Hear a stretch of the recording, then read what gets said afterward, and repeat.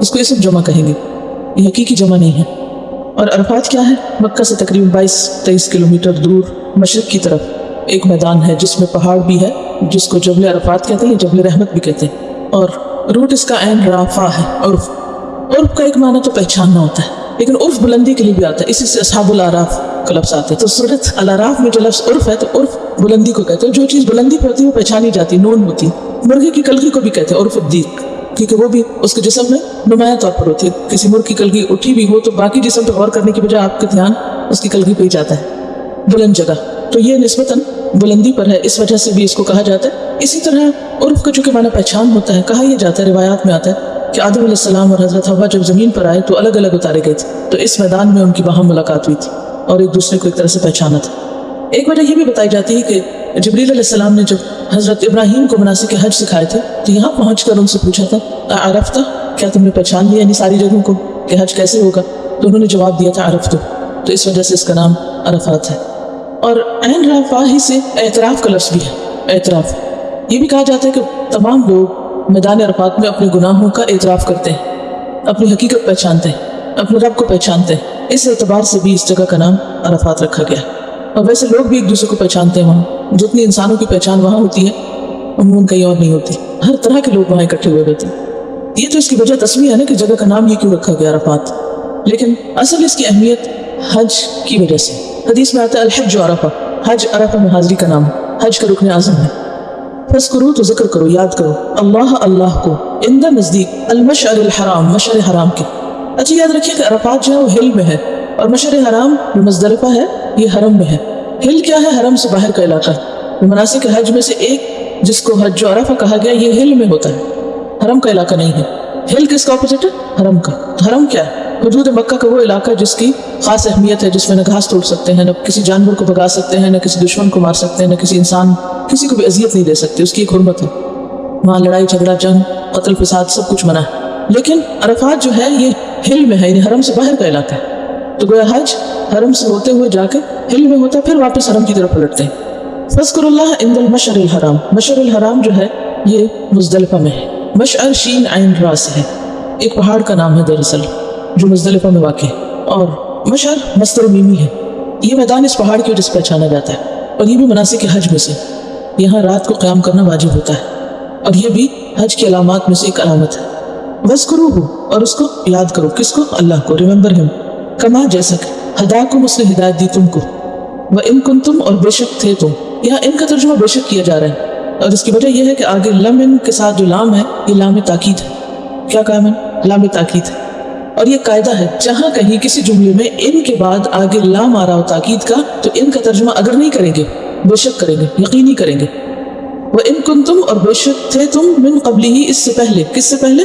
اس ہدایت سے پہلے جو اللہ نے تم کو دی، لمن الضالین، البتہ ضالین میں سے، اور ضالین جمع ہے کس کی؟ ضال کی، دلالت، دلالہ ہوتا ہے راستہ گم کر بیٹھنا، راہ سے بھٹک جانا، اور یہ دو وجہ سے ہوتا ہے، ایک ہوتا ہے جہالت سے اور دوسرا ہوتا ہے علم سے۔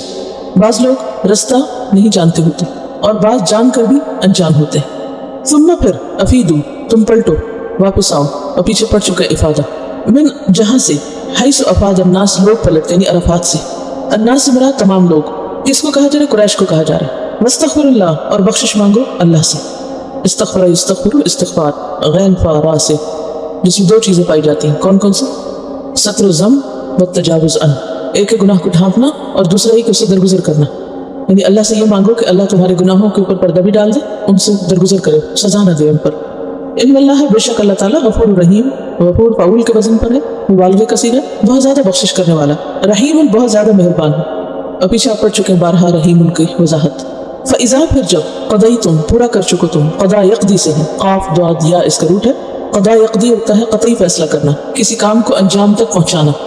فَإِذَا قضیتم، پھر جب تم پورے کر چکو یعنی انجام تک پہنچا چکو، مناسککم، اپنے مناسک منسک کی جمع ہے، نون سین کاف اس کا روٹ ہے، اور منسک کہتے ہیں عبادت کو۔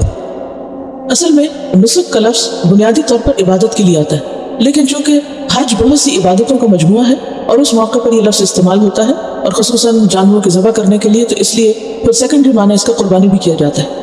تو جب ہم کہتے ہیں ان صلاتی و نسکی، تو آپ نے دیکھا ہوگا کہ اس کا ڈائریکٹ ترجمہ کیا کیا جاتا ہے؟ میری نماز و میری قربانی۔ حالانکہ لفظی معنی کیا ہے نسک اور منسک کا؟ عبادت. فَإِذَا قَضَيْتُم مَنَاسِكَكُم پھر جب تم اپنے مناسک یعنی حج کی عبادتیں اور سارے ریچولز پورے کر چکو فَاذْكُرُوا اللَّهَ تو ذکر کرو اللہ کا، یاد کرو اللہ کو، ریممبر اللہ. کَذِکْرِکُم جیسا کہ یاد کرنا تمہارا آباءکم اپنے آباء و اجداد کو. آباء اب ان کی جمع ہے، باپ دادا سب شامل. او یا یہاں بل کے معنی میں رہا، بلکہ ویسے تو ترجمہ یا بھی کیا جاتا ہے لیکن یا مراد چوائس نہیں دی جا رہی، مراد اس سے کیا ہے بلکہ. اشد اشد کیا ہے؟ اسم تفضیل، شدید تر. ذکر فمن الناس تو لوگوں میں سے بعض من جو یقولو کہتے ہیں ربنا اے ہمارے رب. اچھا ربنا میں نے کہاں سے لگا لیا؟ کوئی وجہ بتائے گا مجھے؟ یا تو کہیں نہیں لکھا ہوا، کوئی وجہ بتا دے مجھے. پیچھے شاید بتایا تو ہے میں نے، کیونکہ بہت دفعہ یہ آتا ہے ربنا. اردو ترجمہ جب ہم کرتے ہیں تو کیا کہتے ہیں؟ اے ہمارے رب. چلیے آج میں بتاتی ہوں اور آئندہ کے لیے ہمیشہ یاد رکھنا ہے، ٹھیک ہے؟ رب با کی زبر بتا رہی ہے کہ یا محذوف ہے. ویسے ہوتا ہے ربنا مضاف مضاف پہ ہو تو مضاف پہ پیش ہوتی، ٹھیک ہے؟ یعنی اگر عام ویسے آپ لکھیں گے تو کیسے لکھیں گے؟ ربنا اللہ، ہمارا رب اللہ، ٹھیک ہے؟ لیکن جب آپ نے کہا ربنا تو یہ ایسے ہی تھا جیسے یا ربنا تھا اصل میں. جیسے یا جو نا حرف ندا ہے تو عبداللہ کہتے ہیں اللہ کا بندہ، لیکن اگر اس کو بلانا ہو تو بعض اوقات آپ نے دیکھا ہوگا لوگ کہتے ہیں عبداللہ اصل میں تو عبداللہ نہیں ہے، اصل میں تو عبداللہ ہی ہے، لیکن عبداللہ کا مطلب ہے اے عبداللہ یا عبداللہ. یعنی یا کی وجہ سے مضاف کے اوپر کیا آ جاتا ہے؟ زبر آ جاتی ہے. تو یہ ربنا میں یا محذوف ہے، اے ہمارے رب. مجھے معلوم ہے یہ باتیں ذرا سی مشکل بھی ہیں اور سمجھ نہیں آتی، لیکن میں یہ اصل میں راستہ ہموار کر رہی ہوں گرامر سیکھنے کا، کیونکہ جب آپ وہ پڑھیں تو پھر آپ کو وہ مشکل نہ لگے، ورنہ وہاں آپ کو اننون لگیں گی چیزیں. آتے نہ دے ہمیں، آتا یوتی ایتا دینا، عطا کرنا، پھر دنیا میں، وما لہو نہیں اس کے لیے، پھر آخرت میں من خلاق کوئی حصہ، خا لام قاف اس کا روٹ ہے خلاق کا، ہر طرح کی بھلائی کا معین حصہ، بڑا حصہ. یہ پیچھے بھی گزر چکا پہلے پارے میں. وہ فضیلت جو انسان اپنے اخلاق سے حاصل کرتا ہے، اس کا تعلق انسان کے اعمال سے. وہ حصہ جو کس طرح حاصل ہوتا ہے؟ اپنے اخلاق سے، اس لیے اس کو خلاق کہا گیا ہے. ومنہم اور ان میں سے من یقول جو کہتا ہے ربنا اے ہمارے رب آتنا دے ہم کو پھر دنیا میں حسنتاً بھلائی، نعمت یعنی کوئی بھی بھلائی، وفی الآخرتی اور آخرت میں حسنتاً بھلائی. اور حسنہ جو ہے یہ حاسی نون سے ہے، حسن بھی اسی سے، وبالوالدین احسانہ کا احسان بھی اسی روٹ سے تھا. وقنا اور بچا ہم کو، وقنا یہ اصل میں ہے قی. بس یہ حیرت انگیز بات ہے نا. اب دیکھ رہے ہیں صرف ایک حرف میں پورا حکم دیا جا رہا ہے، فعل امر ہے قی بچا. دیکھنے میں وقنا ایسا لگتا ہے جیسے ایک لفظ ہے، حالانکہ واو الگ ہے اور قی الگ ہے اور نا الگ ہے. اور بچا ہم کو عذاب النار آگ کے عذاب سے. اولئک یہی لوگ لہم ان کے لیے نصیب حصہ ہے، شیئر ہے، نون صاد با نصب، وہ حصہ جو انسان اپنی قسمت سے حاصل کرتا ہے. خلاق کیا تھا؟ وہ حصہ جو اخلاق سے حاصل کرتا ہے اور وہ اچھا حصہ ہوتا ہے. اور نصیب جو ہے قسمت کا حصہ، چاہے اچھا ہو یا برا دونوں کے لیے آتا ہے. ہمارے ہاں تو نصیب صرف اچھے کے لیے استعمال ہوتا ہے. کیا کہتے ہیں وہ فلاں بڑے نصیبوں والا ہے، تو اس میں بھی مفہوم کیا ہوتا ہے کہ اس کی قسمت اچھی ہے، یہ معنی کرتے ہیں. تو نصب کا ویسے معنی ہوتا ہے گاڑنا. نصب کرنا کیا ہوتا ہے؟ گاڑنا، فکس کرنا، یعنی جو اس کا فکس حصہ ہے. مما اس میں سے کسب جو انہوں نے کمایا، کسب. واللہ اور اللہ سریع جلد لینے والا ہے، سرع سے سین را عین، سریع سوفٹ، یعنی جو کام کرنا اسے کر لے انسان، اس کے لیے سرعت کا لفظ آتا ہے. تو سریع وہ ہوتا ہے جو آج کا کام کل پہ نہ چھوڑے، آج کا کام آج ہی کر لے، سستی نہ کرے. تو اللہ تعالیٰ ایک ہی دن میں حساب کر لیں گے ساری مخلوق کا. ایام دنیا کے زور تک فارغ ہو جائیں گے سب کے حساب سے، اول سے آخر تک جتنی مخلوق ہے. یہ سریع الحساب حساب. واذکر اللہ اور یاد کرو اللہ کو. فی میں ایام یوم کی جمع ہے، ایام معدودات، معدودتن کی جمع معدودات، عین دال دال سے عدد، گنے چنے نمبرڈ. فمن تو جو کوئی تعجل جلدی کرے، تعجل یتعجل، عین جیم لام جلدی کرنا، اجلت سے کام لینا. فی یومین دو دنوں میں، یومین تسنیہ، فلا پس نہیں، اسما کوئی گناہ، علیہ اس پر یعنی جلدی کرنے میں. ومن اور جو کوئی تأخر ڈیلے کرے، تاخیر کرے، حمزہ خا را، تأخر یتأخر پیچھے رہنا، فلا پس نہیں، اسما کوئی گناہ، علیہ اس پر، لمن اتقا اس کے لیے جو تقوی اختیار کرے، اتقا یتقی اتقاء. واتقوا اللہ اور ڈرو اللہ سے، وعلموا اور جان لو، انکم بے شک تم، الیہ اسی کی طرف، تحشرون تم اکٹھے کیے جاؤ گے. حشر حا شین را یعنی قیامت کے دن. اب ہم تفسیر دیکھتے ہیں. حج ارکان خمسہ میں سے ایک رکن ہے، 5 بیسک پلرز آف اسلام میں سے ایک ہے. سورۃ البقرہ قرآن مجید کی ایک جامع سورت ہے جس میں تمام ارکان اسلام کا ذکر ہے. کچھ کا ذکر سورت کے بالکل شروع میں آگے، ذالک الکتاب لا ریب فیہ ھدی للمتقین، اور اس میں خاص طور پر یقیمون الصلاۃ و مما رزقناہم ینفقون، اور اس سے پہلے ایمان کا بھی ذکر ہے، یؤمنون بالغیب۔ دوسرے پارے میں آپ نے پیچھے روزے کے بارے میں پڑھا، کتب علیکم الصیام، اور اب یہاں پر آپ حج کے بارے میں پڑھیں گے۔ سورت کے آغاز میں ہم نے ابراہیم علیہ السلام کا واقعہ پڑھا، تعمیر کعبہ کے بارے میں بھی پڑھا، اور جب تعمیر کعبہ مکمل ہو گئی تو ابراہیم علیہ السلام نے ایک دعا کی تھی اسماعیل علیہ السلام کے ساتھ مل کر، اور وہ کیا تھی؟ وَأَرِنَا مَنَاسِكَنَا وَتُبْ عَلَيْنَا، اور ہمیں ہمارے عبادت کے طریقے سکھا دے، مناسک حج سکھا دے۔ یعنی اس خاص کانٹیکسٹ میں حج کی عبادت کے لیے مال بھی خرچ کیا جاتا ہے، خصوصاً قربانی، جسمانی عبادت بھی ہوتی ہے، نمازوں کی ادائیگی بھی ہوتی ہے، اور اس کے علاوہ کفارے کے طور پر بعض اوقات روزے بھی رکھے جاتے ہیں جس کا ذکر پیچھے گزر چکا ہے، اور دیگر مناسک حج۔ تو یہاں ہم دیکھتے ہیں کہ کچھ مناسک حج کا ذکر ہے۔ فرمایا الحج حج اشہر مہینے ہیں، معلومات معلوم، حج کے مہینے سب کو معلوم ہیں۔ کون سے مہینے ہیں؟ شوال، ذوالقعدہ اور ذوالحج، 3 مہینے۔ اگر کوئی شخص شوال کے مہینے میں مثلاً 1 شوال کو آفٹر رمضان حج کی نیت سے احرام پہن کر اپنے گھر سے نکلتا ہے تو وہ اس کا حج شمار ہوگا، لیکن اگر کوئی رمضان میں نکلتا ہے حج کے ارادے سے تو وہ حج نہیں ہوگا۔ تو حج کی نیت کب کی جا سکتی ہے؟ شوال سے۔ اسی لیے آپ نے دیکھا ہوگا کہ رمضان کے فوراً بعد پھر حج فلائٹ شروع ہو جاتی ہیں۔ اب حج تو ایک عمل ہے، عبادت ہے، لیکن یہاں کہا جا رہا ہے الحج اشہر، حج مہینے ہیں، اور مہینے کیا ہے؟ زمانہ۔ تو پھر عبادت کیسے درست ہوگی؟ یہ اصل میں تھا الحج ذو اشہر معلومات، حج معلوم مہینوں والا ہے، یعنی حج معلوم مہینوں کے اندر ادا کیا جاتا ہے، یہ مراد ہے اس سے۔ سارا سال حج نہیں کر سکتے کہ جب آپ کا جی چاہے آپ چل پڑیں، حج مخصوص مہینوں کے اندر ہی ہوگا۔ کیا ہے اصل میں؟ الحج ذو اشہر معلومات، معلوم مہینوں والا حج یہ ہے۔ اور اس میں ایک بڑی حکمت ہے تاکہ سب لوگ ایک مخصوص وقت میں ایک جگہ پر اکٹھے ہوں، ورنہ تو ہر شخص اپنی کنوینئنس کے مطابق حج کر لیتا، اور پھر خصوصاً جب بچوں کو چھٹیاں ہوتی ہیں، یا پھر یہ کہ سردیوں کا موسم ہو، یا پھر یہ کہ کوئی اور خاص وجہ ہو، تو یہاں پر کیا بتایا جا رہا ہے کہ حج معلوم مہینوں میں ہی ہو سکتا ہے، جو ویل نون ہے، سب کو معلوم ہے۔ ذکر نہیں کیا گیا کیونکہ نبی صلی اللہ علیہ وسلم سے پہلے جاہلیت کے دور میں بھی جو لوگ حج کیا کرتے تھے ان کو بھی حج کے مہینے معلوم تھے، اور جب سے حج شروع ہوا ہے وہ انہی مہینوں کے اندر مقرر کیا گیا۔ جیسا کہ آپ جانتے ہیں کہ ابراہیم علیہ السلام نے خانہ کعبہ کی تعمیر کے بعد لوگوں کو حج کے لیے دعوت دی تھی۔ اللہ سبحانہ وتعالیٰ نے فرمایا تھا وَأَذِّن فِي النَّاسِ بِالْحَجِّ، لوگوں میں حج کا اعلان کر دو۔ تو ابراہیم علیہ السلام بہت پریشان ہوئے کہ یہاں تو آس پاس کوئی انسان نہیں بستا، کون آئے گا؟ تو اللہ تعالیٰ نے ان کی آواز سب تک پہنچا دی۔ تو اصل بات یہ ہے کہ آواز دینے والے کے اندر اخلاص ہونا چاہیے، اللہ کی اطاعت کا کامل جذبہ ہونا چاہیے، اور آواز پہنچانا یہ اللہ کا کام ہوتا ہے، بندے کا نہیں۔ اصل چیز کیا ہے؟ اخلاص۔ اور اخلاص کیا ہے؟ کہ جو کام انسان کرے وہ خالصتاً بس اللہ ہی کے لیے ہو، اللہ کی رضا کے لیے، اس میں ملاوٹ نہ ہو، کیونکہ اللہ تعالیٰ خالص پیور چیز قبول کرتے ہیں۔ اگر آپ کو کوئی ملاوٹ والی چیز دے تو آپ کیا کریں گے؟ پسند نہیں کریں گے، قبول نہیں کریں گے۔ اگر مربت کے مارے رکھ بھی لیں تو استعمال نہیں کریں گے۔ تو اللہ سبحانہ وتعالیٰ نے تو سب کچھ دیا ہے ہم کو، پھر جب ہم اس کو کچھ دیں تو وہ کیسا ہونا چاہیے؟ خالص، پیور۔ الحج اشہر معلومات فمن فرض، تو جو کوئی فرض کرے، فرض کا ویسے تو لفظ مانا تھا نا کاٹنا، پیچھے لا فارض کا لفظ آپ پڑھ چکے ہیں، وہاں میں نے بتایا تھا فرض قطع کرنے کو کہتا، تو فرض ہوتا ہے قطعی حکم۔ فمن فرض، تو جو قطعی طور پر لازم کر لے، کس پر؟ اپنے اوپر، فیہن، ان میں، ان میں کن میں؟ ان مہینوں میں۔ کیسے؟ احرام کے ساتھ، نیت کے ساتھ، یعنی جو اپنے اوپر اس کو اوبلیگیٹری کر لے، اس کو الحج، حج کو، تو پھر کیا نہ کرے؟ فلا رفث، کچھ چیزوں سے اجتناب کرے۔ تو بنیادی طور پر جب انسان حج کا ارادہ کرے تو کچھ چیزیں کرنے کی ہوتی ہیں اور کچھ چیزیں نہ کرنے کی۔ کرنے کے کام جو ہیں ان میں سب سے پہلا کام احرام پہننا یا احرام میں داخل ہونا ہے، جو نیت کے ساتھ بھی ہے اور مردوں کے لیے مخصوص لباس کی شکل میں بھی ہے، عورتوں کے لیے احرام کا کوئی مخصوص لباس نہیں۔ پھر جب انسان اپنے اوپر وہ مخصوص لباس اور اس نیت کے ساتھ حج میں داخل ہو جاتا ہے تو کچھ پابندیاں اس پر عائد ہوتی ہیں۔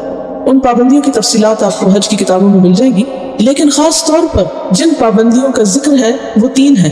3 چیزوں سے اجتناب لازم ہے حالت احرام میں۔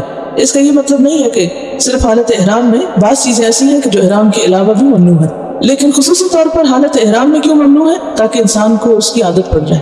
حج ایک تربیتی سفر بھی ہے جس میں انسان کی اصلاح ہوتی ہے، بہت سے غلط کام اس سے چھٹتے ہیں۔ اب وہ کیا چیز ہے کہ جس سے پرہیز لازم ہے؟